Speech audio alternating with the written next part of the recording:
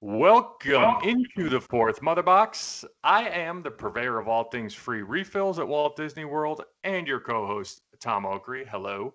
Joining me as always is the old man at the end of the block who complains when Chipotle changes where they stored their shredded cheese, our co host, Kyle Cosentino. Kyle, how the hell are you today? You goddamn right I complain when they change their shredded cheese.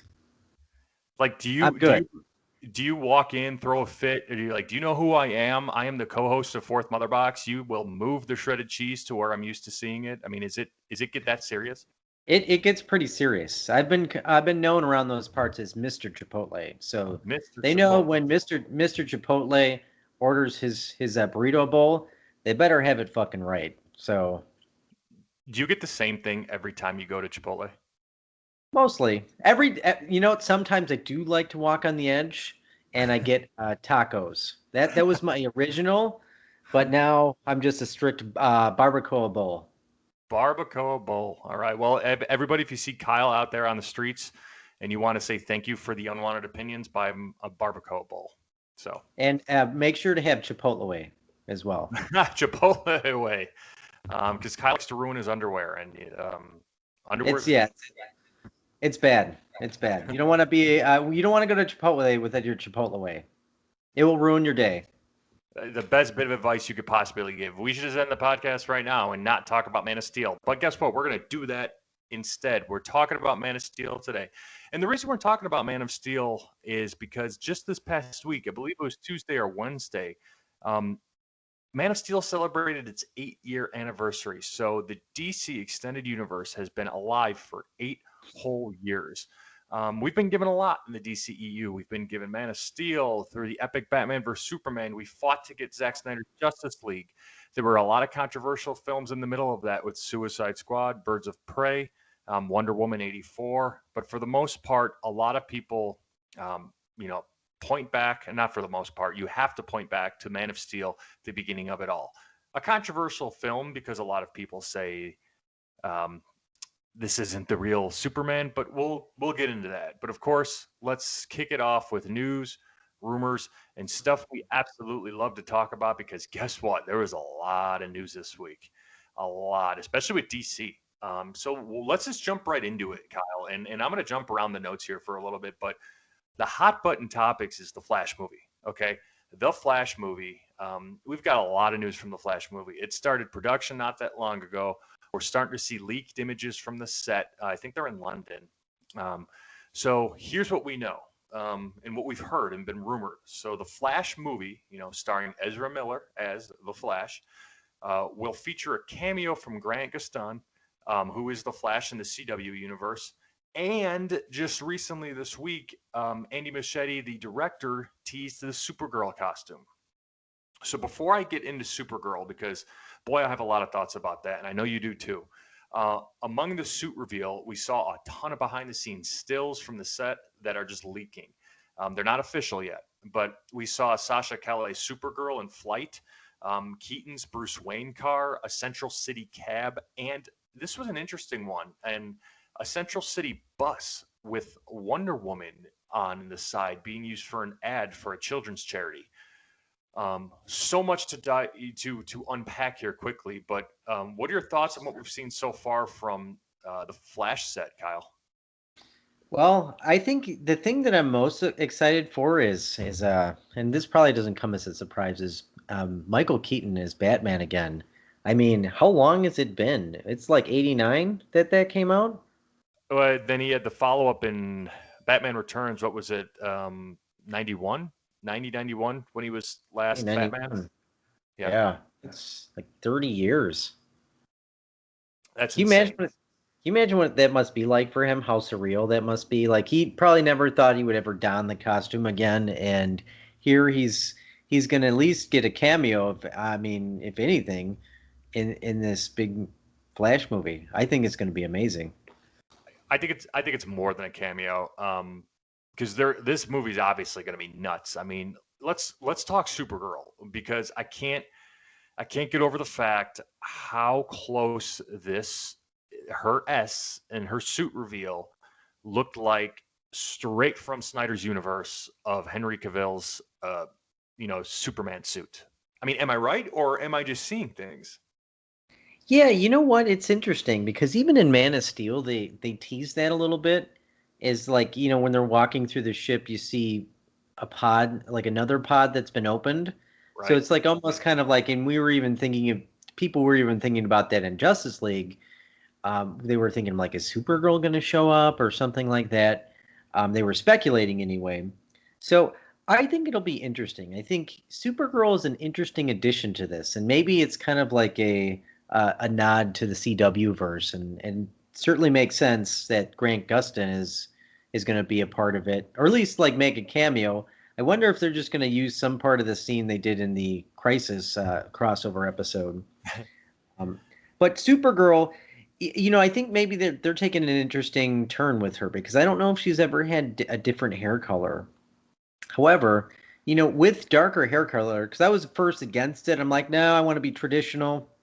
But I was thinking about it, like maybe it makes her look a little bit more like Clark Kent or like Kal-El, and Yeah. maybe that might kind of reflect that the his family lineage or being a Kryptonian or whatever. So I'm going to be open minded to it, and whatever the case is, I think it's going to be great. Yeah, I'm very open minded to it. I'm getting excited about this movie just because of how jam packed it's going to be. And you're Yeah, right. When you think of um, Supergirl, you think blonde, blonde hair, just like Wonder Woman, you think dark hair, and you would never expect to see a blonde Wonder Woman. And I think that's where I think that's where you draw the line and you don't compromise is Wonder Woman's dark yeah. hair. You can't Because really change the Trinity. You can't yeah, change the Trinity, really. right. That's quite untouchable. But you could see different iterations of them, and I would welcome different worlds or different versions of them. I'm not trying to discredit that, but what I'm saying with Supergirl is this version of Supergirl. When I first saw the picture, like the hair, I thought nothing of it. Because to me, and what I'm wishing for and I'm hoping for, I'm really praying that the Snyderverse is, not going to die, because it clearly does exist. We've seen it. So, in that the little bit that we saw of this character thus far, just on leaked sets of cell phone video, it just feels like she fits. She fits in Zach's world. So when I think of characters, just to your point, looking more like Clark in Kal El, I don't think your run of the mill, typical like goody two shoe blonde haired Supergirl. I just don't. Um, Is Zack Snyder actually attached to it at all? I mean, does he have any hand in this, or is it no, just Andy Muschietti's it's vision? Andy Machete's, but I mean, Ben Affleck's in it, and that's Zach's Batman. The Flash is, Ezra Miller is Zach's. He cast him, he cast Affleck. So even though Snyder's not attached to it per se officially, he's got major influence over it indirectly. So Makes I'm just sense. keeping the faith. I'm keeping the faith with Warner Brothers Discovery, that merge of the two. I'm keeping the faith because I've seen a lot of rumors that the Discovery part of Warner Brothers Discovery wants to keep the Snyderverse around exclusively on HBO Max. So that's just a rumor. So Well, I think after the success of Zack Snyder's Justice League, maybe people at Warner's are kind of like rethinking the whole idea.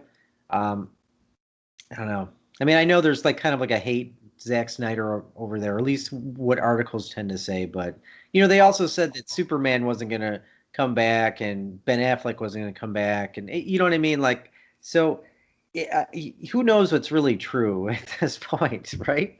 you're right, man. You are 100% correct. Let's just sit back and enjoy it because as comic fans, we've said this before, we're going to eat next year, especially DC fans.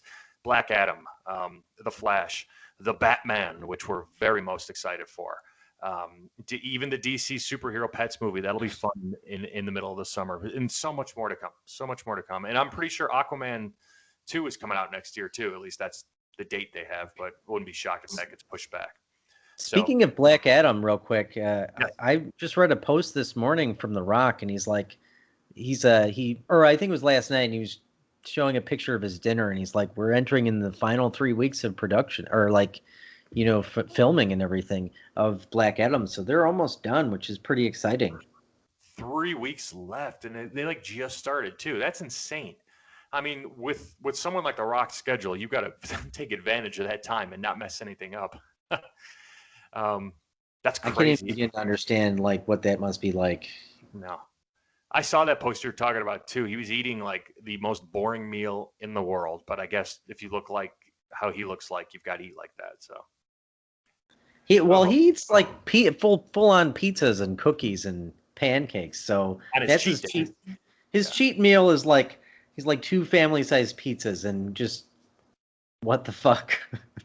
He makes So us all basically, jealous. He makes us all jealous. so the Rock's cheat meal is an average like lunch for the local Chicagoan, right?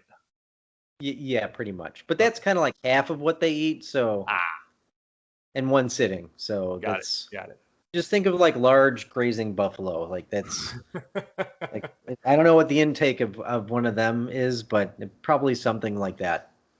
And if any of you ever get on me about ripping on Chicago, look, I was born there. I grew up there for 27 years before I moved to Arizona. So y'all can suck it. I have every right to call Chicago a piece of crap town. I'll Oh, never live there again.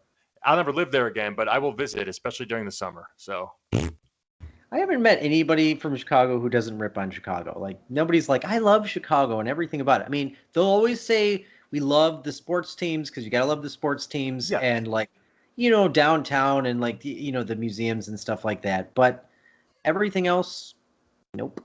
Nobody likes the weather or the bad traffic or the insane tax. But we're not. This isn't a political podcast, so let's no, move it along. great city to visit. Just I wouldn't recommend living there. So moving it along, more DC news. Titans dropped their teaser for season 3. And they teased one Jason Todd's death by the Joker, and this will release on HBO Max August 12th. I was pretty hyped for a third season of Titans just because it's more nerd content, but now release the hype engine. It's got me going that we're going to see an accurate Jason Todd death in this series. I don't know though. I feel like the Joker is untouchable. I mean, in the sense that like they will never introduce him into any other content other than like big production movie. I mean, and it makes sense too because you kind of have to protect him. I mean, every time an actor does the role, they get an Oscar, except for Jared Leto, of course. But he wasn't really given a fair shake, in my opinion. But Right. I, what I want from this more than anything is like if you are going to introduce the Red Hood and Jason Todd's death with the crowbar and everything like that, you can't do it without the Joker. You can't just like, have like a round table discussion and have Serene Glenn, who plays Bruce Wayne, just like, oh man, Jason Todd got beat up by the Joker, and I thought he was dead, and now he's not, and not show the Joker. Like, we want that scene, so give us that scene. Damn it. Yeah, That's and all I'll I'd say. be I'd be completely fine if they recast Bruce Wayne in Titans. I mean, Yes, I love the 100%. actor. Love the actor. He just doesn't do it for me, Bruce Wayne. He just No, doesn't. that was a Um, complete misfire. yeah, Like, weird. he's just like I don't know, like they could have used Kevin Conroy. Like they really could have, honestly. And I mean if they want to go with an older Bruce Wayne, Kevin Conroy doesn't look like Batman, but his voice is Batman, so his looks get a pass. We'll say that. And how do you really do death in the family um, without Batman being Batman, right? So like we're gonna see, and what's the actor's name, Kyle? You said it. Suri and Glenn. Sir Glenn. Okay. So we're gonna see him don the bat suit or his character don the bat suit to go take Jason to the Lazarus pit to Well, revive him, or is Joker gonna beat Jason Todd to a bloody pulp? Because we saw somebody with a crowbar beating somebody in the teaser for like a quick second. I mean, the Joker's going to be in Titans. I mean, I don't think there's any way around it. The Joker's going to be there. I think they're going to do it very strategically. They'll hire somebody to just stand there, wear purple pants, make the noises, laugh a little bit. They'll probably never show the face. Maybe they'll show the back of the Joker, just crowbarring the hell out of Jason Todd. Will they kill him? Will he get revived in the Lazarus pit? Or will he just mysteriously come back as the Red Hood? I don't know. Lot to unpack in Titans season 3. There's a lot more to come. So They're probably going to take some liberties with that story. I can definitely see them not doing like the full-on story that we all know with the Pit and Ra's al Ghul and everything.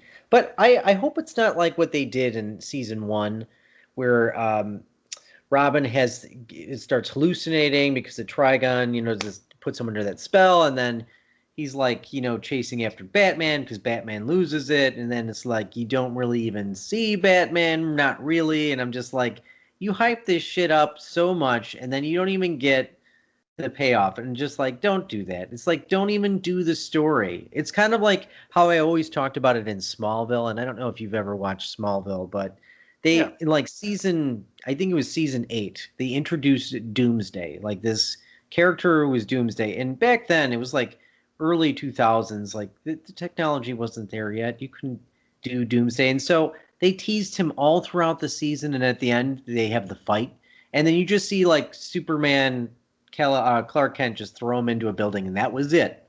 Like Uh, that was it, and it just like, why the fuck would you do that? But that's for another day's discussion. yeah, we could always talk Smallville a little bit, but yeah, I mean, I get what you're saying. I think I hope Titans has learned from their mistakes. Obviously, season two was a little bit of a direction than season one. So I Yeah, believe, season 2 was amazing. yeah, Season 2 was great. it was good. So they've got a big follow up, but I'm looking forward to it, especially with this storyline. One of everybody's favorites. We cannot wait to see the Red Hood. So a little bit more on the obscure and funnier side of DC news. And they're getting a lot of shit for it, and Zack Snyder even jumped in on the fun with this. But the Harley Quinn animated series, apparently a show runner or one of the show writers was told by DC that a sex scene that they wrote between good lord, Batman and Catwoman. There's a sex scene specifically, and if there's any children listening to this, cover your ears. But Batman was going down on Catwoman, and it was cut out. And DC just told them, "You can't do that. You can't do that." And again, everybody's been commenting on this line. Kaylee Cuoco, however you say her last name. Cuoco. Cuoco, yeah.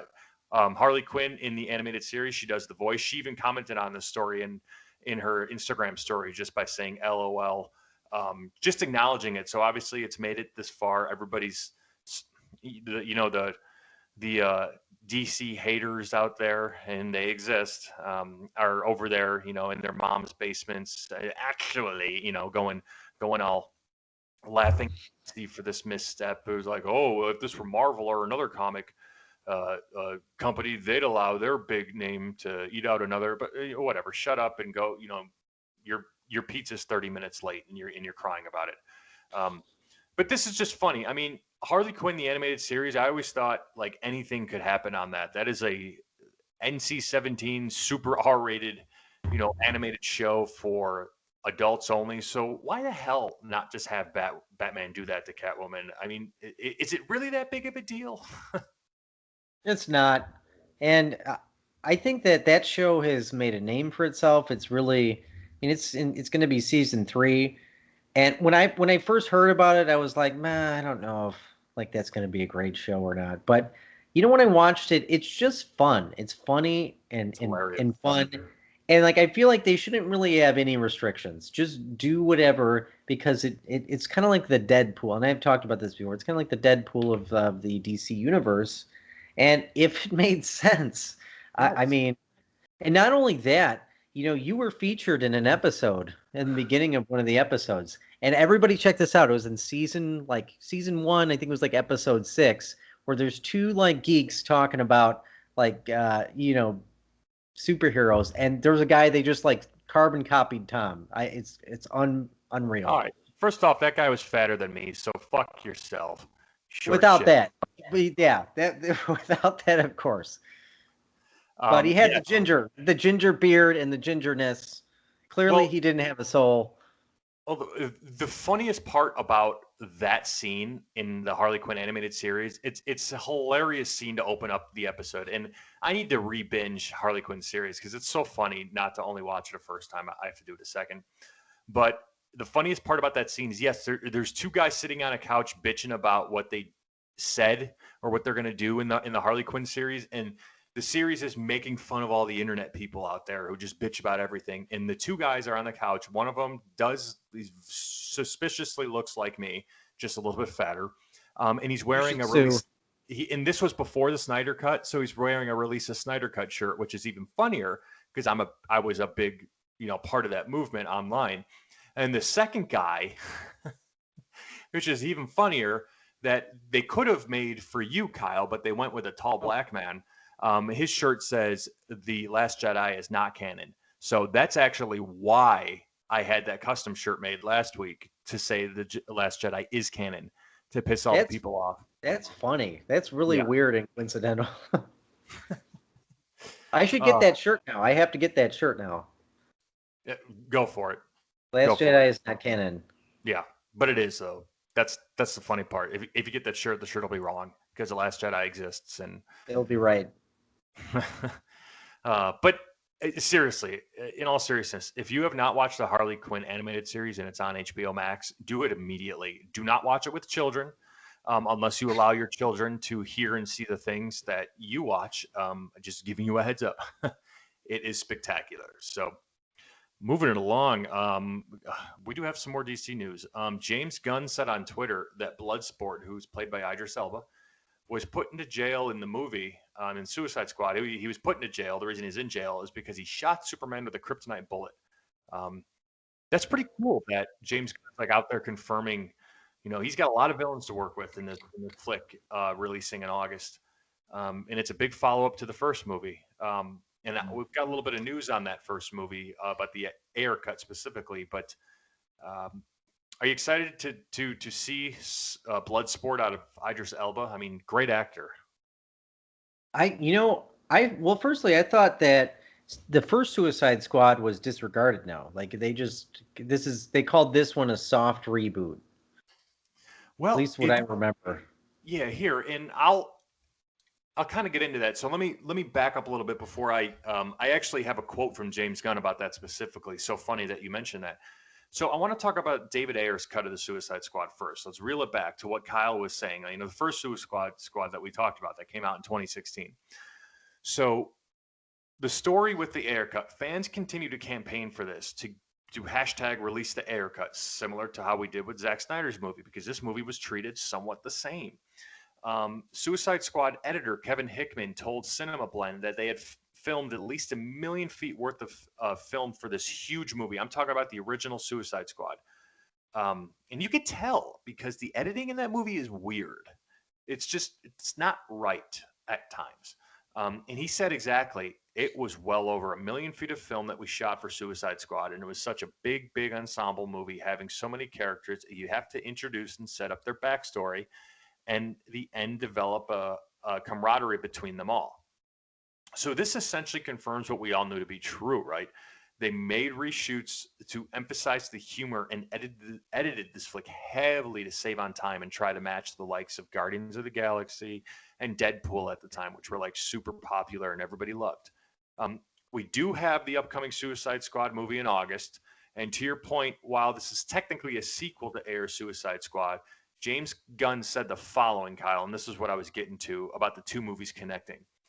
He said there's nothing in his movie, James Gunn said, that really contradicts David Ayer's movie. He added that he thinks the original film did some amazing casting, and I would agree with him 110% on those characters, in particular the ones that he used. So let's reel it back. Who's James Gunn using? He's using Harley Quinn. So first off, you ever recast Harley Quinn and Margot Robbie's still there and wants to do the role, I will come find you because she's perfect for that. Joel Kinnaman as is Rick Joel. Flag. Yeah, Rick Flag. He's used the same actor for Captain Boomerang. He'll be in the movie. And obviously, next to Harley Quinn, Viola Davis as Amanda Waller is just, I don't know how much better you could possibly get with that. You could have used C.H. Pounder. She voiced Amanda Waller in the Justice League animated series. Not that Viola Davis didn't do a good job. But C.H. Pounder would have been my pick. That's a very fair point. She's excellent on the animated stuff. So, any more that James Gunn said, and he also went on to say he changed what he wanted to and kind of didn't fix what was broken. So I still very much want to see the original Suicide Squad cut from David Ayer. From what I've heard, there's so much more Jared Leto in it, so he can get redeemed for his take on the Joker because I heard he's very much a method actor, and with what we got in Suicide Squad of him, it's just unfair. It's unfair to do that to the character of the Joker, and it's unfair to do that to the actor. I know I ultimately these movies belong to the studios, but it's just come on. I think you might agree with me when I say that Jared Leto redeemed himself already with his small role at the end of Zack Snyder's Justice League. I mean, Yep. we're not getting a full performance. We can't really fully evaluate it, but that was a cool scene. And even like, we live in a society was trending, you know what I mean? That statement that he makes. And I feel like that had such a big impact, his small but very powerful performance at the end there. Right. And the funniest thing about the "we live in a society" was that wasn't even in the final cut. That was just for the trailer. And it still made such an impact because it's the Joker and a great actor delivering on that line. Um, Yeah. so we need more of that. Speaking of what we need more of, Superman and Lois had a really good episode this week. Oh mother, where art thou? Interesting, quick breakdown of the episode. So, what did you think about it? Um, you know what? I feel like it's starting to flesh itself out a little bit more, Yeah, and I feel like the ending reveal made sense, and I feel like I don't know. I mean, I don't really know anything about, you know, I've never read a Loki comic before, so my reference is probably just as good as anybody else's who's never read a comic. So I don't know. I don't know what to expect with a female antagonist as Loki. So wait, hold on, I hold don't on. really. I think you're jumping here. We're talking about Superman and Lois. Did I say Loki? I meant Superman and Lois. My bad. Oh mother, where art thou? Oh, okay. So we're talking about this week's Superman and Lois. Yes, yeah, yeah. This is the last thing to talk about DC. So just quick breakdown. What'd you think about the episode? Then we'll jump to Loki. Again, I feel like this show is still continuing to go in a really good direction. It's continuing to establish itself. It kind of took a turn this week a little bit, and I think it's an interesting turn by having Lana Lang become, um, you know, Kal-El's mother, and Yeah, it that was was just cool. kind of something that we never. I don't know if we've ever really seen, and I'm interested to see where it goes in the future. This was so cool because Cal got a chance to meet his birth mother, right? And um, I just think his reaction was perfect. Every week Tyler Hulkin or Hulkin, is that how you say his name, right? Hecklin. Hulkin, It's Hecklin, Hecklin. Hecklin. Yep. Okay, Tyler Hecklin he just wins me over more and more as Superman. He's really good at it. It's Again, it's Yeah, and it's really focusing on character development, which is, and again, I think it's not even a long series, which is good, and which the CW should have really done in the beginning. Like, but I don't know if this will be a really long series because I just don't feel like they're going to continue to push those shows for some reason. I mean, even if you look at the ratings, like we looked at, I snapped that to you. The mhm. ratings are super low for all the shows, and compared to where they start to where they finish, it's like not looking good. Yeah, but still, But I'm tuning into Superman and Lois. This week's episode was really cool. With the end of last week's episode of Morgan Edge being uh, Clark's or Cal's brother, essentially showing up to really good twist, a good take. I'm glad, to your point, he's not General Zod. This makes it a little different. And this Superman probably has already tussled with General Zod, to be honest with you. Um, maybe not. Maybe not. Zod's always around. And I was left on more of a cliffhanger than I thought. We obviously haven't seen the last of Steel. He's going to come back and help Superman some sort in some capacity because they ended on good terms. At least I hope we see more of Steel. oh He was yeah, pretty you have badass. to, you have Yeah, to. yeah. We have to. He was pretty badass. So if they come back for like one final showdown against Morgan Edge, like that ending with him and his one Kryptonian soldier who didn't get changed, they were walking to like this cliffside. Was there something I missed? It's very mysterious how they're going to move forward with this. Yeah, it seems like he's got a another plan in mind of what he's gonna do next, and so I'm sure it's probably not over. Maybe we haven't really kind of figured out the full story behind who he is and what Mhm. he's there to do. So um, it'll be interesting. Yeah, but more to come on that. So as in the coming weeks, but again, give me as much the Superman and Lois as you want to. Until they end that. But and hopefully it doesn't jump the shark. So Marvel. Now let's talk Loki episode 2. I thought was just on par with the first episode. It was decent. It was good. A good reveal at the end with well. Let's start there. They eventually, Loki eventually, figured out that this variant is living in apocalyptic timelines. He tried to get them to go to Ragnarok, um, which is pretty. I don't know. I'm liking that. Um, I feel like Marvel and the MCU specifically is trying to fix the bad things about Ragnarok and like Thor 2, The Dark World, and even part of the first Thor movie. Because I don't know, what did you think about Ragnarok? Right? Are you in the same mindset as me, where as a comedy it's good, but as a comic book movie it kind of sucked? Well, I would say this: if anything good came out of that, I thought Hela was a good villain. That's true.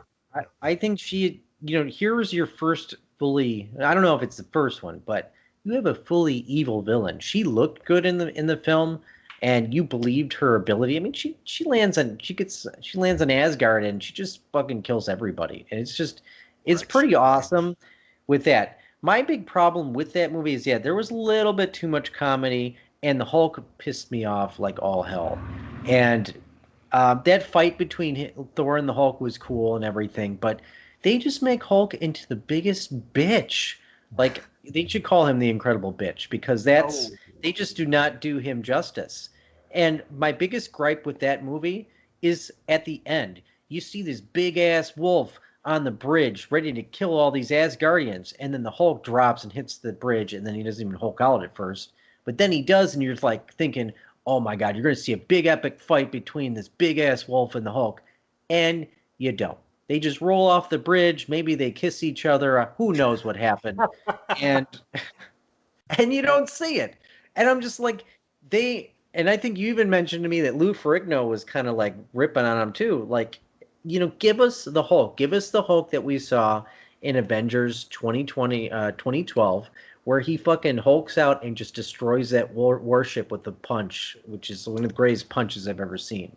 hmm even So even the Hulk from Age of Ultron, and I hated Age of Ultron. He was better in that movie. yeah, he was good in there too. But kind of reeling it back to Loki. Like I said, I believe this was on par with the first episode, and I'm still enjoying how this show is tying in the past, regardless of what the likes of IGN says. And they gave this episode another 7. Big shocker, IGN. You gave something another 7. Good lord. They're Um, usually better with Marvel stuff, though. They're usually Marvel fanboys. They notoriously hate DC stuff. it's true. It is true. So this time, Loki was persuading or trying to persuade the gang to go to Ragnarok, like I said, selfishly for his own reasons and also to prove a point. This episode was set up really well with the payoff coming at the end with, again, I'm making an assumption, and you and I talked about this. This could be Marvel's version of Enchantress, but a lot of people are calling her Lady Loki with the reveal at the end. So let's quickly explore their possibilities. If it's Lady Loki, it's a variant of Loki from another time or a world who's hell bent on destroying the TVA and successfully resets a bunch of timelines, which we should talk about that real quick. Um, or and an Easter egg actually confirmed this, or pretty much confirmed this. So I'm more leaning towards this is who this person is. But it's Enchantress called Sylvie. She could be Sylvie Lichten, which she is in the comics. and revealed by the Easter egg. Sylvie, God, the last name is something close to Loki's last name, like Lufidater or some crap like that. I'm not even going to try. I'm so bad at names. Um, in the comics, she was basically created by Loki to be an agent of chaos, and she's not really a Loki, but she is. She's not really a Loki. She's kind of his pseudo daughter. So, but I think the MCU is going to have their own take on who this person is. I think ultimately she's going to be somewhat of a variant of Loki, but she's not a real Loki. She's going to be closer to the Enchantress. And those timelines she reset. So remember when she dropped all the set charges at the end of the episode, Mm-hmm. and they went to like I don't know, like multiple different timelines. And if you were eagle-eyed enough, you could spot all the different branches that were being made on the episode. I had to read an article on this. So the article basically panned out every single charge, like in which timelines were branching off and changing from the direction of what was supposed to happen. So this is crazy. Like if the TVA it really is the be all end all of time, like what Lady Loki or Enchantress just did is throwing the MCU like upside down. I mean, this is You know, huge. I had a thought. You know how they keep talking about those keepers of time. Yes.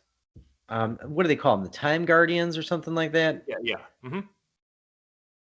How much you want to bet that they're dead and they Oh, don't even 100%. exist?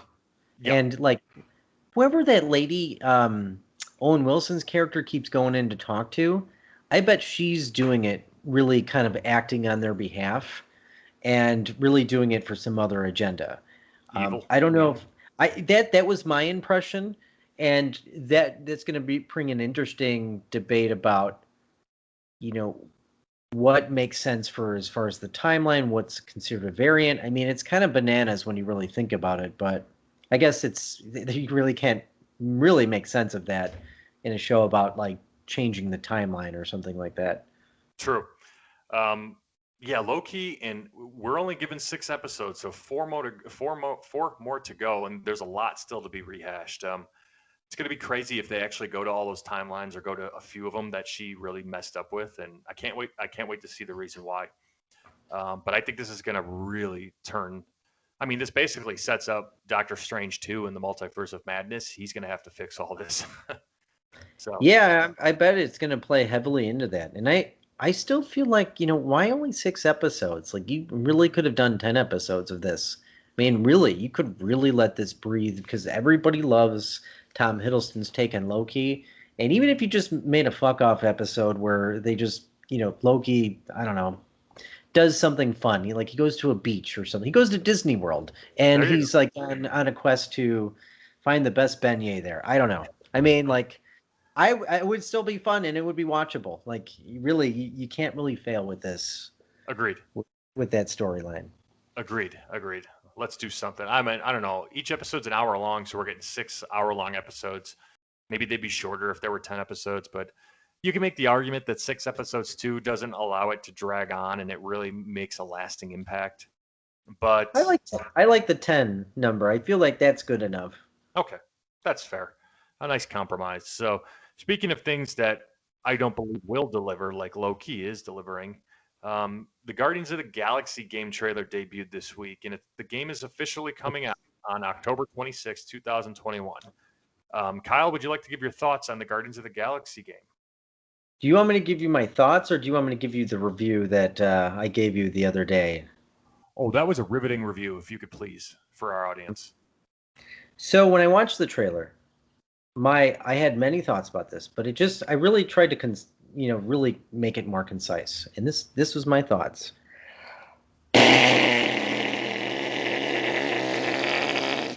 I'm not done.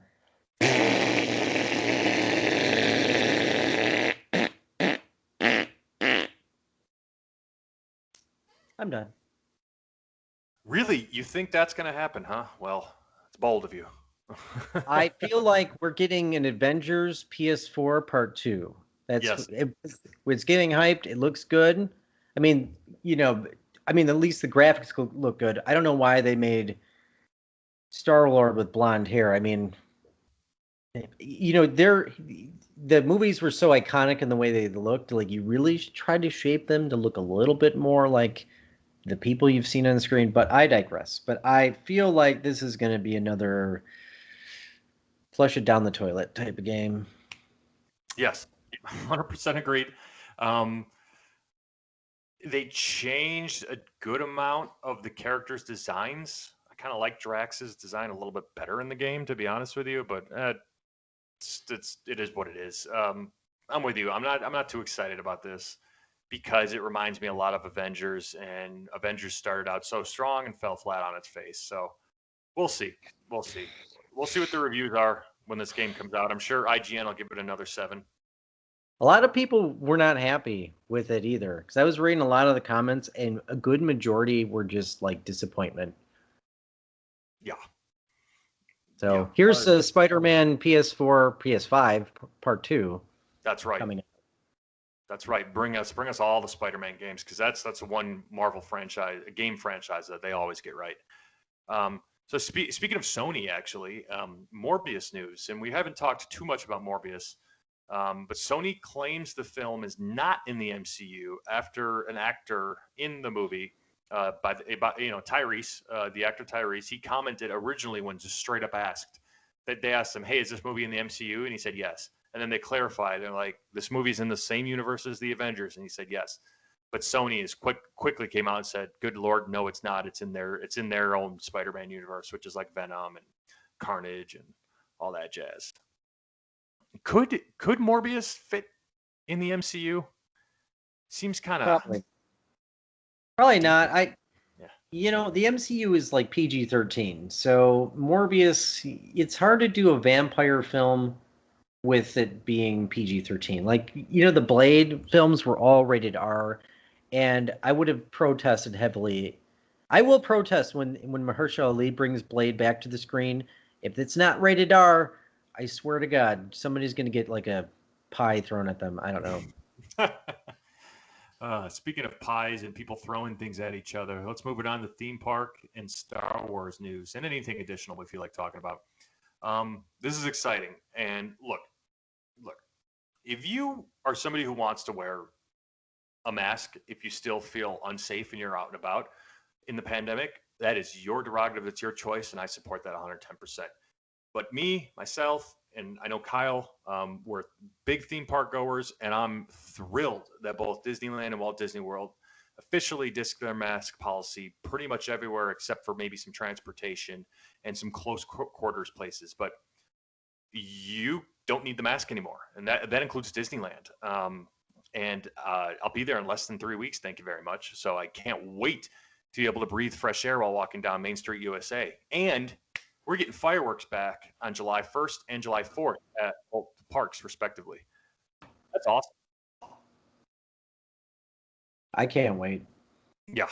Fireworks show is like some people. I used to write that off, and I didn't see it until we went in 2019, and I was like, "This is what I was missing the entire time." And some people might look at it and it's like, "Yeah, fireworks. I've seen that," but it's a truly magnetic performance, and it's unlike anything you've ever seen. It will touch. It will like connect with your inner child. That's I feel like the best description of it.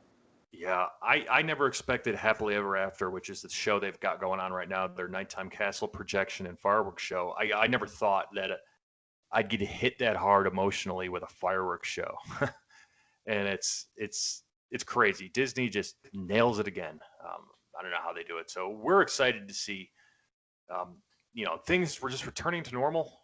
If I could just say that, and we're excited for fireworks to coming back.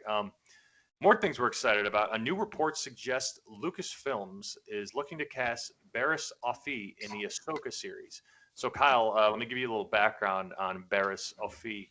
Barriss was a former Padawan alongside Ahsoka, who eventually betrayed the Jedi Order and framed Ahsoka for bombing the Jedi Temple. So, in the Clone Wars, a really big something that really big happened. I can't remember what season it was, but it was towards the end of the original run. Ahsoka leaves the Jedi Order. She gets banished, essentially. She was technically expelled from the Jedi Order.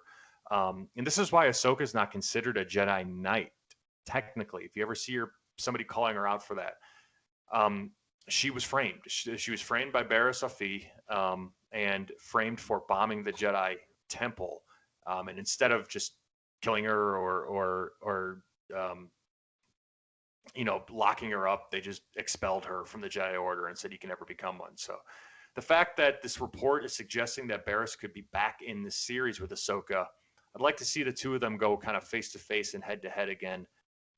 There's some shit that has to be worked out between the two of them, but we can go further into that. Do you know much about Ahsoka, Kyle? Is this a series Not that you're going to really. watch because it's Star Wars and it connected to the Mandalorian? Yeah, absolutely, Okay. absolutely. I know she was a big part of the Clone Wars TV series, and you know what? I feel like Rosario Dawson is she's such a cool actress, and she's done Yeah. so many cool roles. I mean, she was the voice, I believe, of Wonder Woman in a lot of the animated Justice League animated movies. So Right. it'll be I and just her that episode in general. I think that you said that was your favorite episode of season 2, and I'm really looking forward to it. And cool lightsaber, and she was just a badass. So Yeah. it's Such a gonna be badass. really cool. Yeah, the Mandalorian wrote her perfectly, pulled her out of Clone Wars, and first thing I said to Courtney when we watched that episode, I just turned to her and said, "I'm like, well, shit, they understand this character very well." So, anyway, more Star Wars. The book of Boba Fett will have flashbacks in the time between, you know, Boba's supposed death and his time in the Mandalorian. So we're finally essentially going to see how the hell he survived that Sarlacc pit. I mean, Boba Fett is pretty badass, which we now know thanks to the Mandalorian season 2.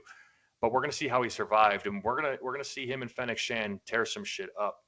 Um, and Kyle, your what's going to be your favorite show, which is a spinoff from Rogue One, Andor, is reportedly bringing back the incomparable director Krennic and Forrest Whitaker's Saw Gerrera.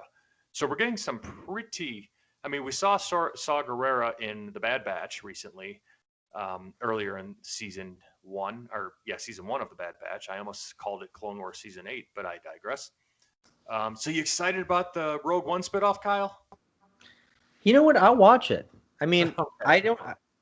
And our buddy Joe tore me a new one when I saw him recently when I talked to Illa of the Last Jedi and Rogue One. So, even though it didn't work for me, I will watch it and I will give it a chance. I mean, that didn't work for me, but maybe this will. I think Saw Gerrera is an interesting character. I know he was also in Fallen Order. So, again, it's like I looked at Mandalorian. I wasn't interested in the beginning when everybody was talking about it, and then I'm just like, I have nothing to watch. I'll watch it, and I was blown away. So, Hell yeah.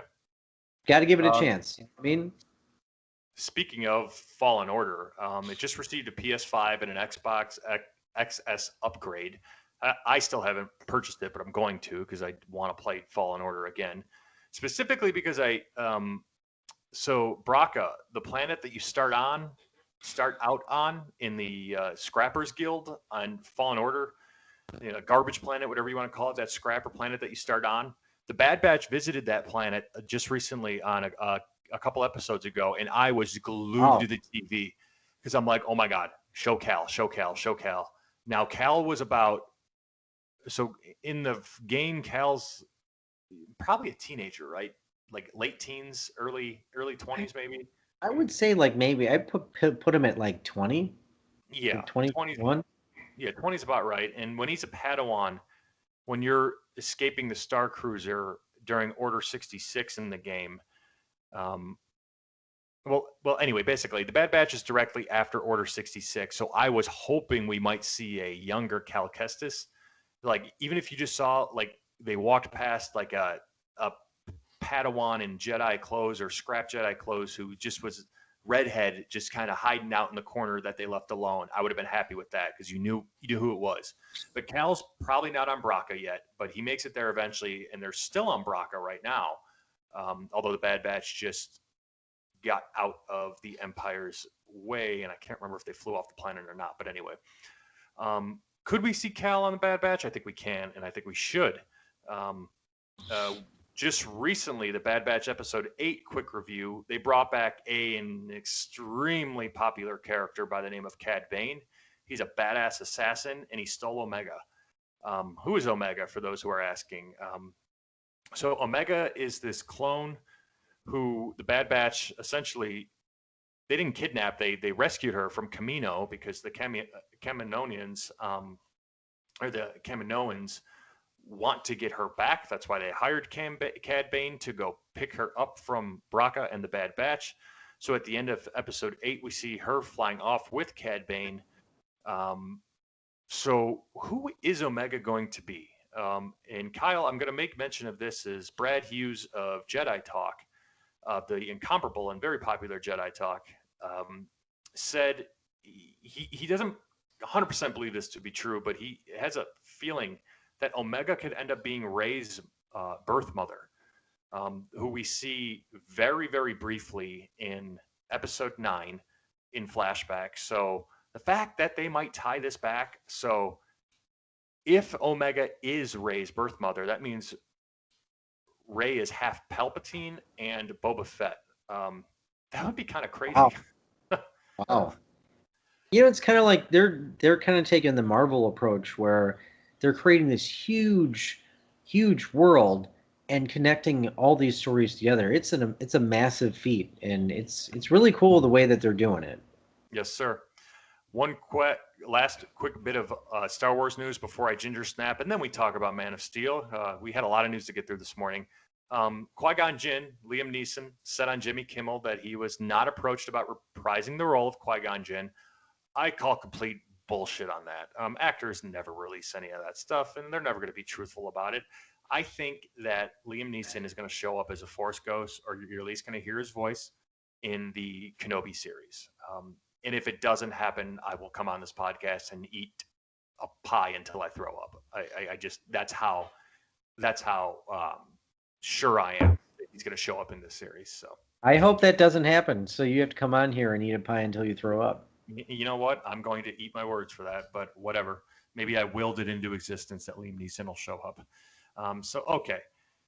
So I'm gonna snap a little bit today, talking about people specifically.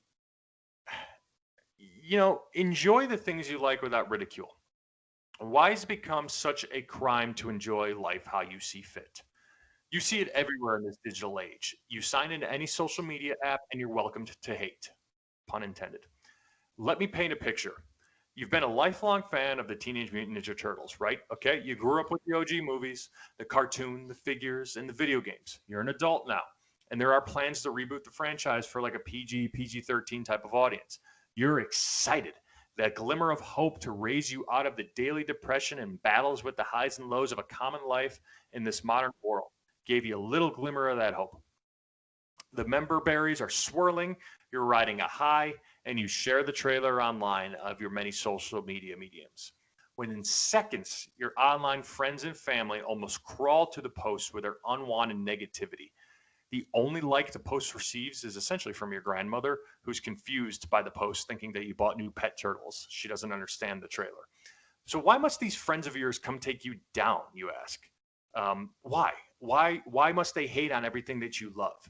It's because they're so sick and tired of their monotonous lives, they have to glam onto any little bit of happiness and hope and bring it down to their fucking level. It's the same thing that big media does. And this isn't a political podcast, and this isn't a political stand by me, but this stand that I'm about, or this comment that I'm about to make is not a political one way or another, because this is done across the board with big media. But the headlines are always doom and gloom, end of the world, tearing us apart, when in reality, if we thought for ourselves for a second, we'd see the real story for what it's worth. And then we're gifted with the blessing of free will to make informed decisions. So read things for yourself, people. Get information for yourself. Stop relying on the clickbait headlines and the news to give you the doom and gloom. You turn in on 5:30 every night to Fox, your local Fox channel, or your local ABC channel, to get the news from your favorite local anchor. And the first things that they're going to do is tell you who got shot, who was racist, who what the president is doing at the time, and depending on who the president is, they may make him look good, they may make him or her look bad. But you name it, if it's popular, they're tanking your money. Um, if it bleeds, it leads for these news stations. But I'm getting off on a tangent, and I digress. I demand that the Fat Lindas and the Fat Leonards of the world reevaluate your priorities before you type a nacho cheese fueled rant online about why the reason I'm excited for something you find deplorable is unacceptable.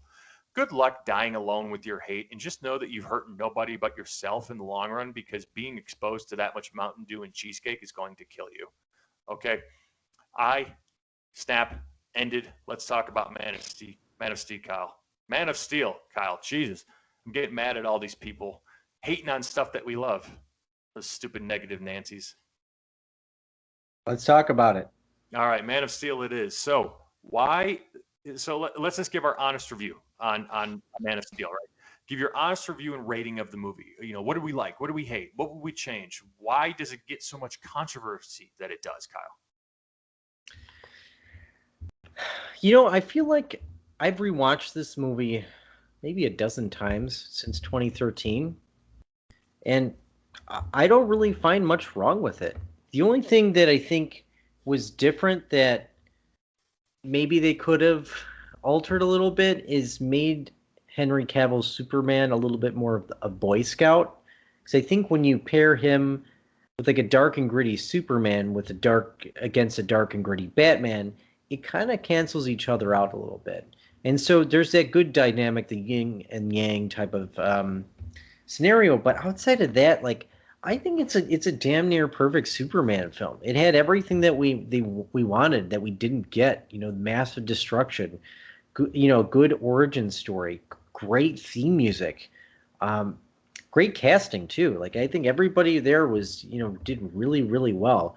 And the fact that some critics didn't like it or it got kind of panned, it really like really really I can't even see it. Like it doesn't make sense to me at all. And usually when I like something and somebody else doesn't, I can kind of see where they're coming from. This one I can't.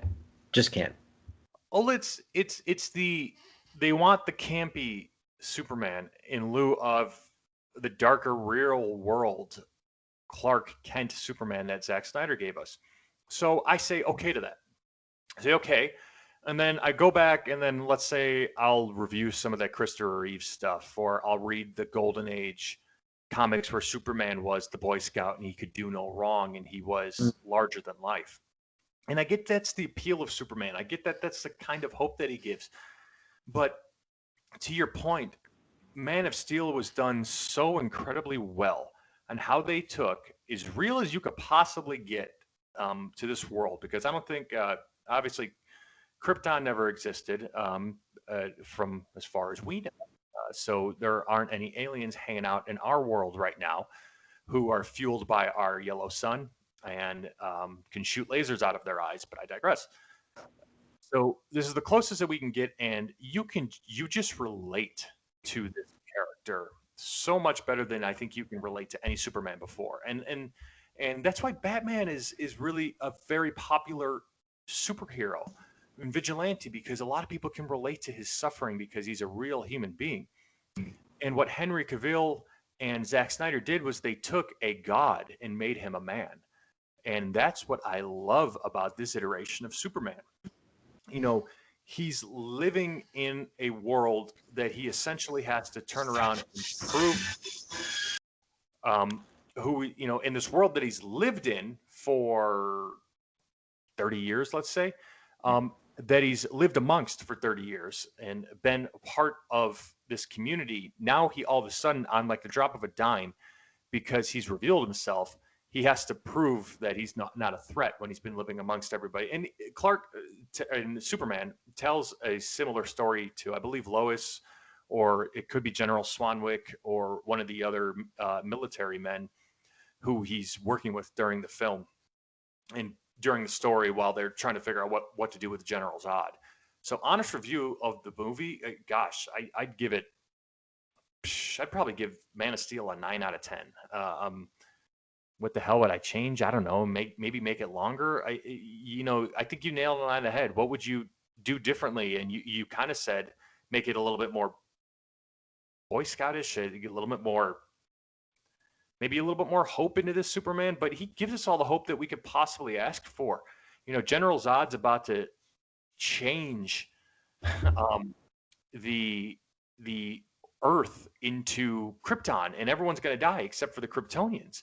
Uh, and Superman gives you all the hope that you want, and regardless of all the destruction, which is going to happen by one an alien who just learned about his powers and can fly now, and two, General Zod, who doesn't give a shit about um, really humanity amongst himself and reviving the Kryptonian race. So long story short, this movie gets panned for all the wrong reasons. People hate Zack Snyder. They love to hate Zack Snyder. And I think some of it is what the shit he gets online overall, and the shit that he just, stereotypical, it's out there. People don't like the longer movies. People don't like a lot of the slow-mo. It's darker. A lot of people praise 300 and Watchmen. A lot of people forget Zack Snyder did that as a really good movie. So if you're going into it with Snyder bias already, or you're not going to like Man of Steel, but you're not giving it an honest shot. And I'm revealing, something we were going to talk about later, but it's my third favorite movie in the DCEU. And that's my honest review. What did I hate about it? God, I tried to find something I didn't like, but I just could not find something I didn't like. Right? It was tough. I actually thought of something I didn't like. Okay. So it was a scene where that they're like they're hiding from the tornado, and Jonathan Kent, signals to Clark, "No, don't come save me." And I just thought I thought that was so tacky to me personally. Like, Clark saves a school bus of kids, and they all see him do it, and nobody talks about it. I mean, it's like, how many times people see things and they start talking about things that they see that nobody believes? I mean, you know what I mean? And here's, a central character to Clark Kent's life that he just lets go. He could have saved him in an instant without anybody really even understanding what happened. And he doesn't. He just gets swept up by a tornado. And I just thought that could have been done better. Yeah, I get that. I do. I get that. I don't know how you do it. I get what they were trying to prove with it, where Jonathan Kent was just, if you save me, these people will fear you and they will hate you. And he was trying to protect him. It's man, I love more and more than I'm thinking about it. I love how different, and it's funny we're talking about this on Father's Day, but happy Father's Day, everybody, by the way. And we're talking about this on Father's Day, but you've got two different types of fathers that Clark and Cal have to deal with in this movie. You've got the consciousness of Jor-El, who's within the Kryptonian ship, who is still giving him life lessons. And then you've got his Earth father and Jonathan Kent as he's growing up into a young adult, and then who he eventually loses. Jonathan Kent wants to hide him from the world because he knows the world's going to be scared of him. They're going to fear him and eventually try to kill him, which Lex Luthor successfully does.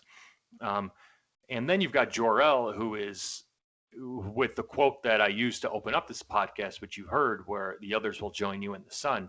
It's like, get out there, be their hero, inspire them. You're God to these people, be the hope that they need. So Jor-El wants him to do great things. Jonathan wants him to sit and just live an easy life in Smallville for the rest of his life. It's that's so good. Just sitting there thinking about the pull, such good character pull and character development. Because this is a young Clark Kent. This is a young Superman. This is a young Kal-El who's learning about the world, still learning about his powers. He hasn't met Bruce Wayne yet. He hasn't met Batman. So yeah, it's in the controversy is such bullshit that this movie gets. It's because you hate Zack, and just admit it. Just admit that you hate him. But I get your point with that scene, because the bus saving he was on, well, I guess him being on fire and saving those people out of the oil tanker was after Jonathan died. But you make a great point, especially to that one fat kid that's always messing with him. He saved him at the end there, so he knows what happened. So anyway, any last thoughts on honest review for Man of Steel before we move it along, sir? No, not at all. Okay. So let's segue directly into Henry Cavill's performance. Is he the greatest Superman we've ever had on screen? And I will just eloquently put it, Henry Cavill is the greatest on-screen Superman we've ever had. I've said that before, and I'll say it again. I credit this to both Snyder and Henry. Look at Man of Steel from the surface. It's a story about an alien, and I said this earlier, poses no threat to humanity because he's lived amongst them for 30 years fighting to prove himself. And he does. And that comes with the greatest sacrifice of him being forced between forced to choose between his blood race with General Zod or his adopted race. And we can relate to this version so much more that Zach and Henry give us because of that fight for acceptance that most can relate with. Again, Clark, or not Clark, but Cal, Superman, has to fight to be accepted in a world that he's lived in his pretty much his whole life, amongst a couple of months or a couple of hours he was a baby on Krypton. And he makes the greatest sacrifice. General Zod is the last connection that he has to his homeworld, and he just boop snaps his neck. But he had no choice. That character had no choice. You get consequences. You get real world emotion and feeling with the Superman. That's why I think he's the best. That's why I think he's the best Superman on screen, hands down. It's hard to really rank the Superman now because they were all kind of done in different time periods, and you almost can't really even compare Christopher Reeve's Superman with Henry Cavill's because they're so vastly different. And I made a note of like going back and watching Superman Returns in 2006. I watched that recently, and I couldn't really finish it. And I used to really like that movie, and I would say Brandon Routh did excellently as Superman, and he like a carbon copy of Christopher Reeve. But there was just something missing in that film. I don't know exactly what it is, but something missing. Um, but Henry Cavill is definitely such an excellent casting pick. I love him as an actor. I think he's great. I also like him in The Witcher. I think he's a really good portrayal of Superman, and we all want to see him come back. Christopher Reeve was really good as Superman too. I grew up on those movies. I remember watching them as a kid, and one of my favorite scenes in I think it was like the first Superman is when they're at what is it called?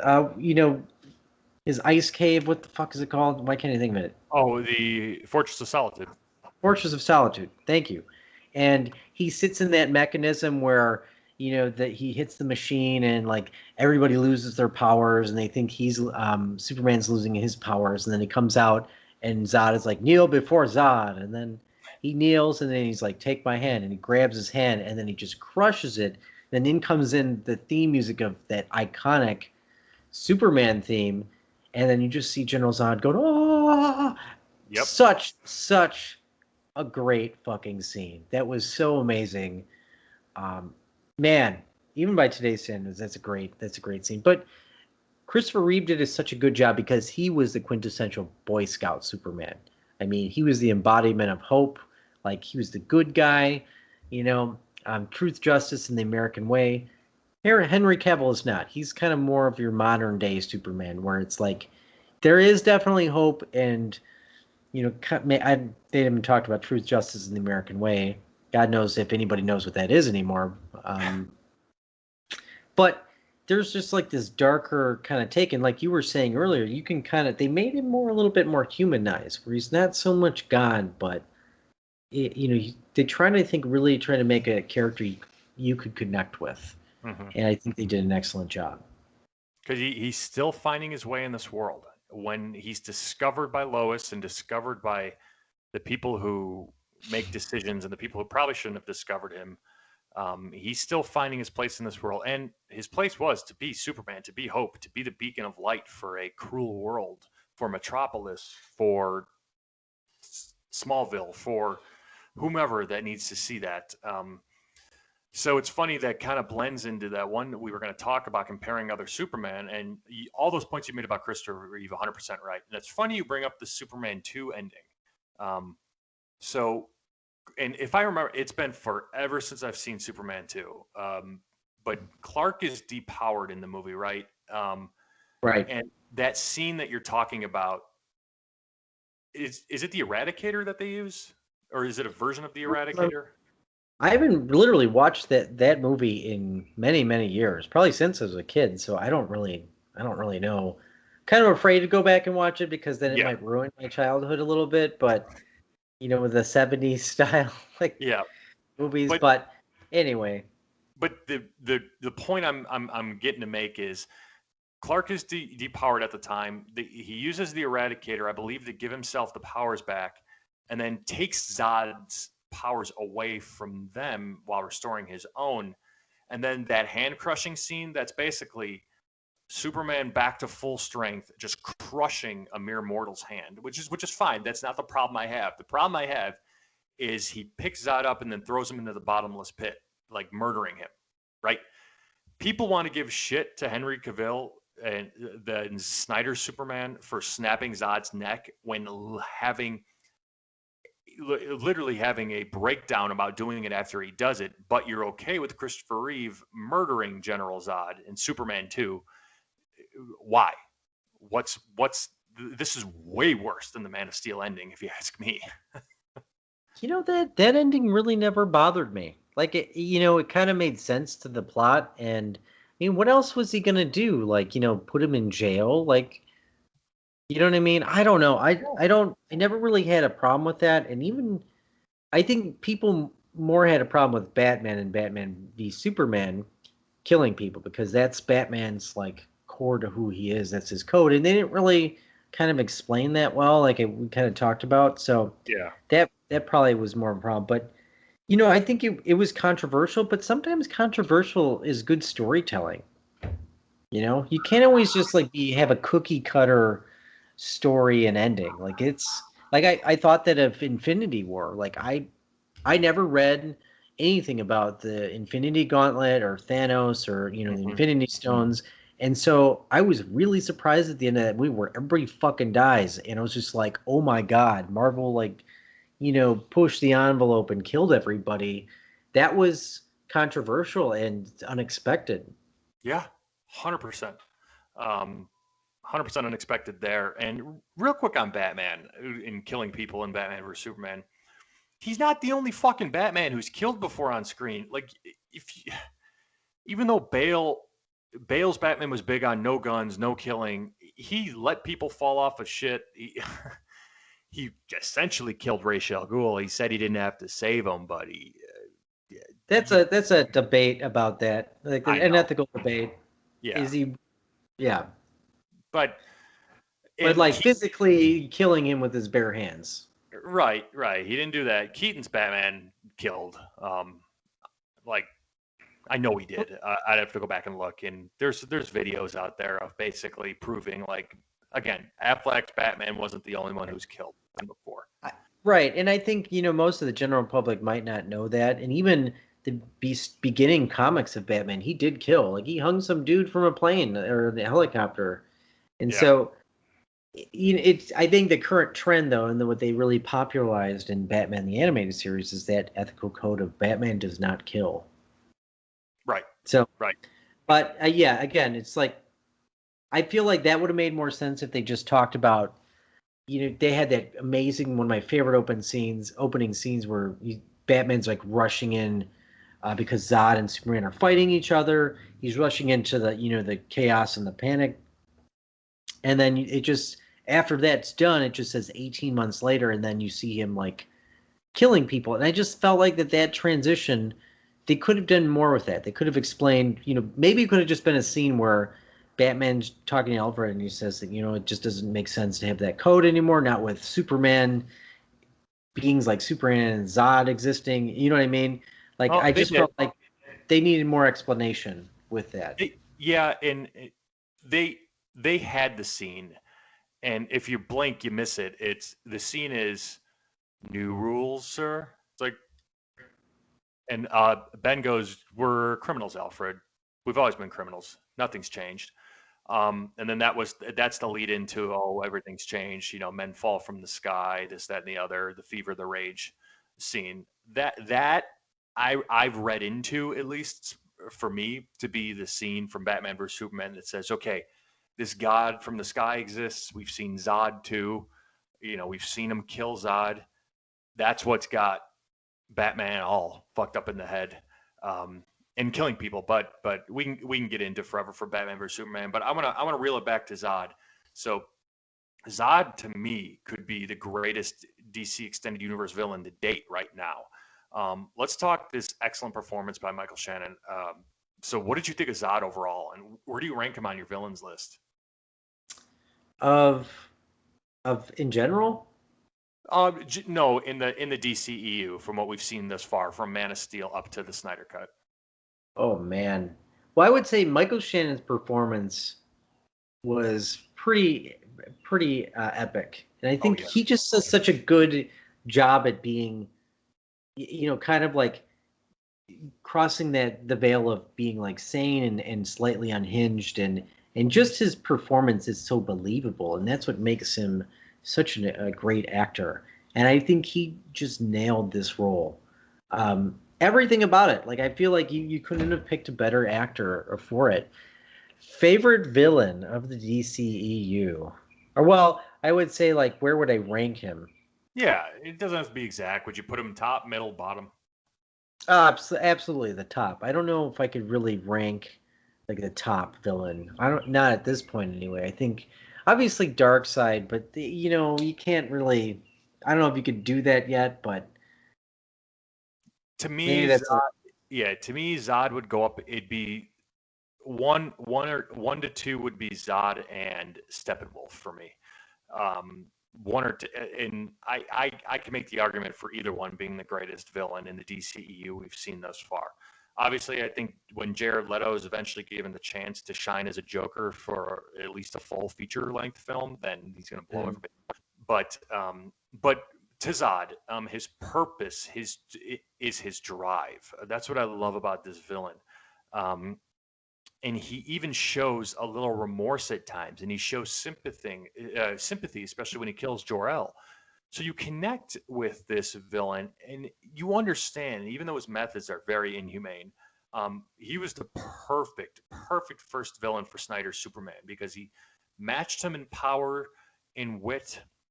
He just was less of a human than Kal-El was, and that's what eventually, defeated him, because Cal cared about the humans.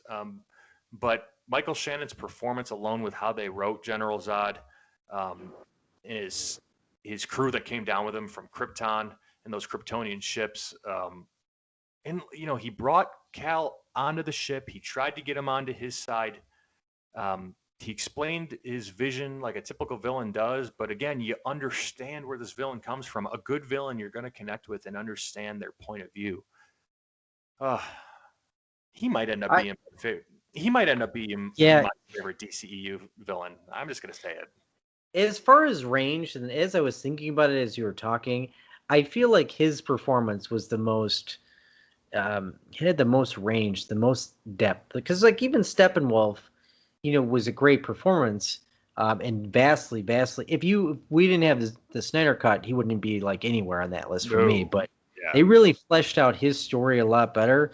But I think I would probably have to say at this point, yeah, Michael Shannon as General Zod number one, Steppenwolf number two. Yeah. I'm right Sure. there with you. Right there with you.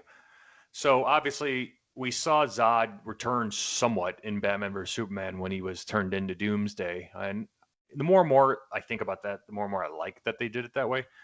It makes sense how Luthor turned him into Doomsday.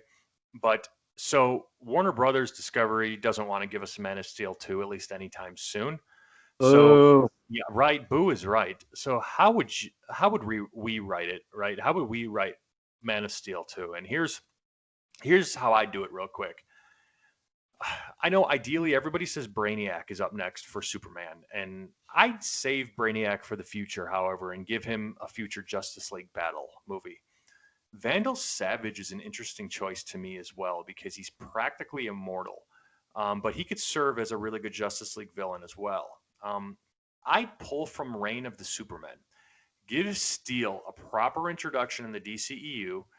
Have Lex Luthor stall for time with his Superboy. So have him create a version of Superman. He could be Superboy or a version of Superman. Um, Maybe reusing the Doomsday body again. And could he? Shit, he'd create Bizarro Superman out of the Doomsday body. It could lead to the armored Lex and the armored and kryptonite laced, you know, body armor Lex Luthor and his version of Bizarro Superman versus Steel and Superman for the movie. This would eventually be a giant distraction while Deathstroke is trying to dismantle Batman from the inside out. This would be a connection to why Batman isn't around to help Clark out, because this would be post Justice League. So I'd do more with Lex.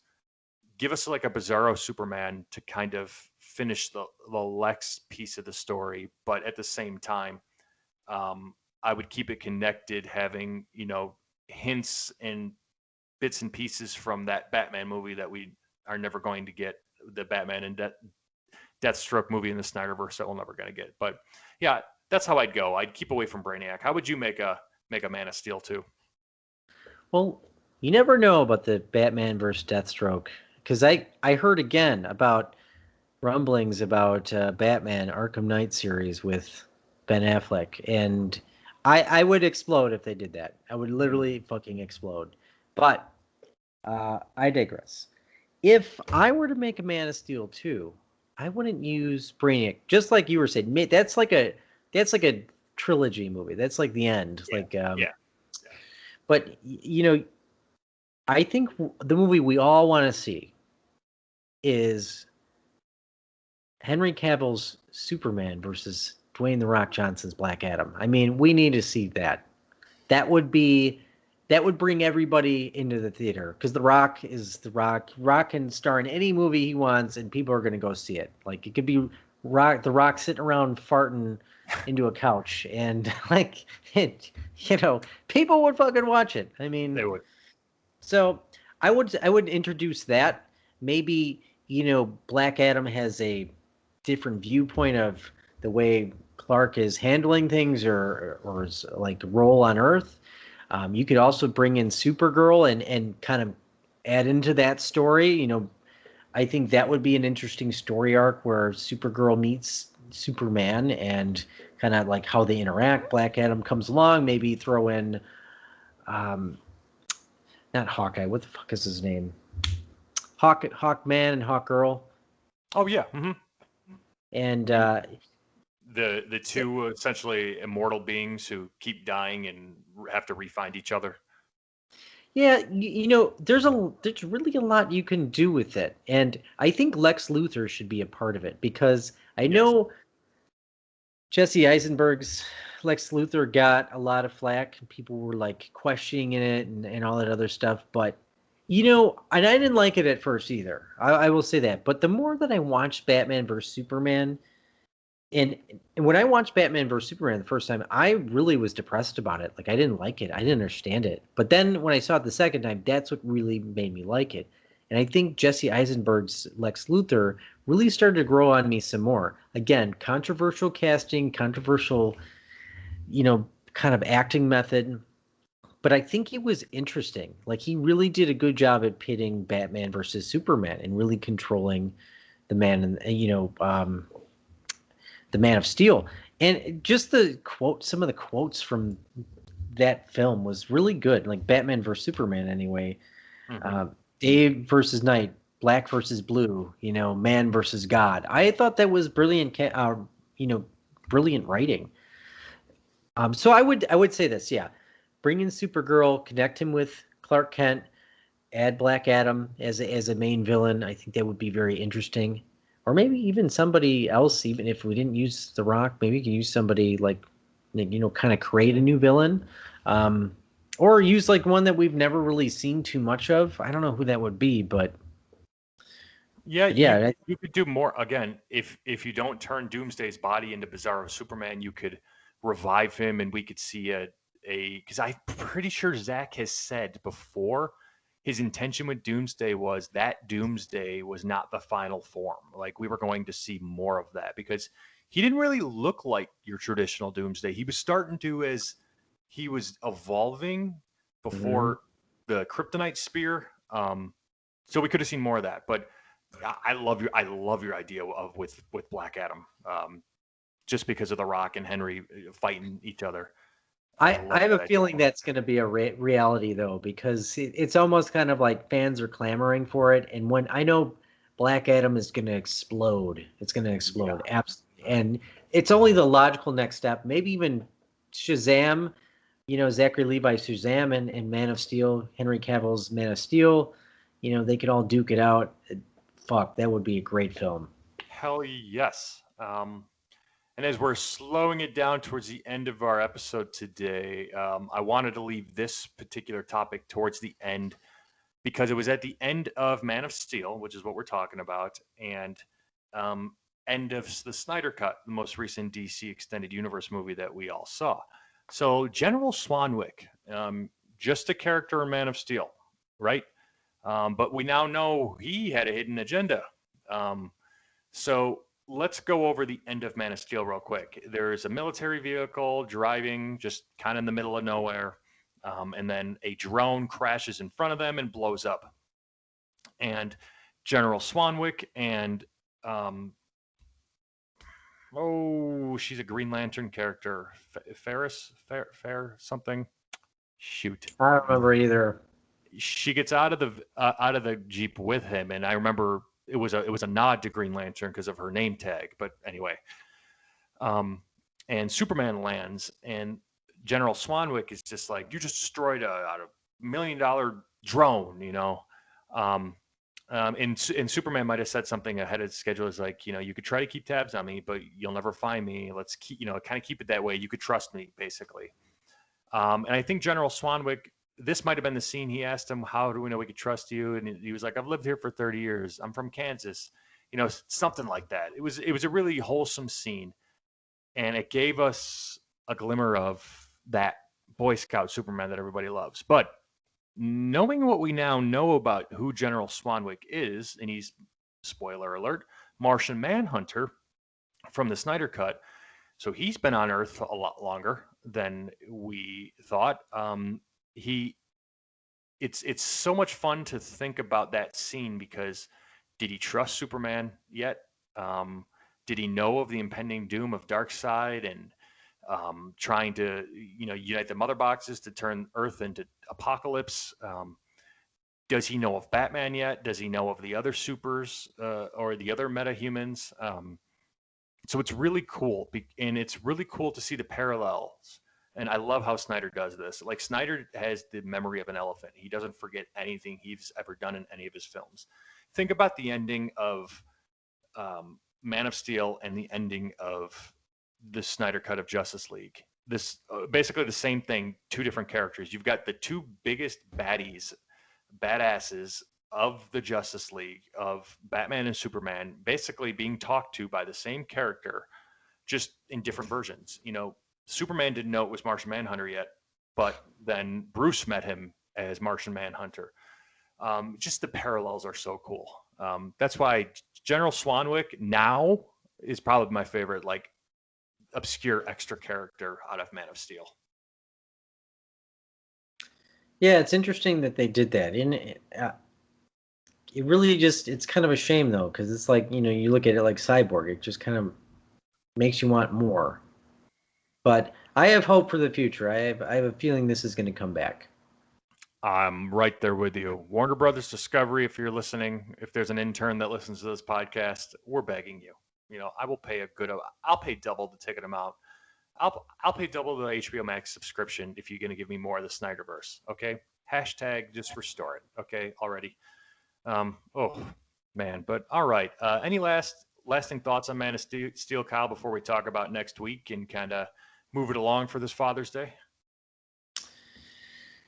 I think we covered, all the important pieces of We did. of of that film. But there's nothing really else that I feel like is worth mentioning. No, we can. I mean, real quick, mentioning how great of a job that Amy Adams does as Lois Lane. Ma, Absolutely. Mom, Pa Kent, Kevin Costner, and Diane Lane, right? Yeah. Amy Adams was actually on an episode of Smallville way back in the day. That's before she knew anybody.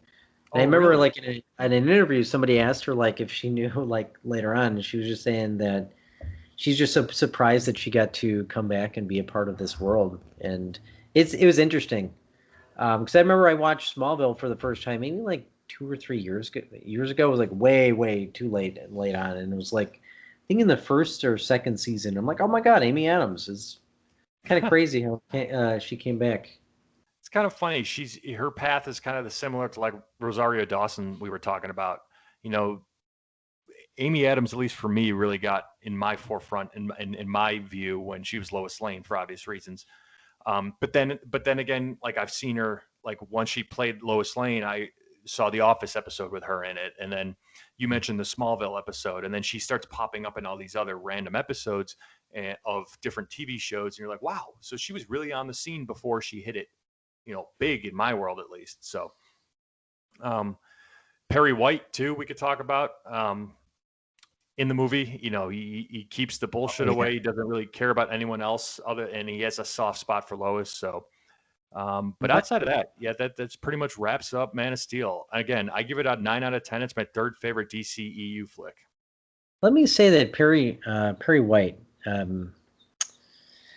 My favorite scene with him is actually an interesting one. Whereas like one of the employees is like caught in the rubble, and Oh yeah, the world engine is clearly getting closer. And instead of running away, he just stays. And I thought that was an excellent just portrayal of humanity and like empathy. Like this, he just lays down his life just because he just wanted somebody to be alone when they die. It's truly an amazing, beautiful moment. I love hell yeah, that. hell yeah, and that's exactly where we'll end it. So. Before I give you the last word of the day, Kyle, next week, and I've been talking to my buddy over at Jedi Talk Podcast, Mr. One Brad Hughes. What would you think about if we had Brad join us next week and talk a little, we'll talk Star Wars, obviously, because that's their thing. We'll talk a little MCU, and then I want to get his thoughts specifically on Zack Snyder and DC, because we own them on DC news and DC stuff. They've admittedly said so, and Mhm. I'd really love to give his take and a little different perspective on Snyder, because you and I are Snyder bros, and Brad's a little bit on the other side, so it could be some good healthy debate. What do you think about that? Sounds good to me. All right. So thank you everyone for joining. Follow us at the Fourth Mother Box on Instagram and the Fourth Mother Box podcast on Facebook. Happy Father's Day to all the dads out there. Thank you for listening. And Kyle, leave us with some words of wisdom today before we end. All right, my words of wisdom obviously comes from the Man of Steel, and it's from Jonathan Kent, and he says that you are not just anyone. One day you're going to have to make a choice. You have to decide what kind of man you want to grow up to be. Whoever that man is, good character or bad, it's going to change the world.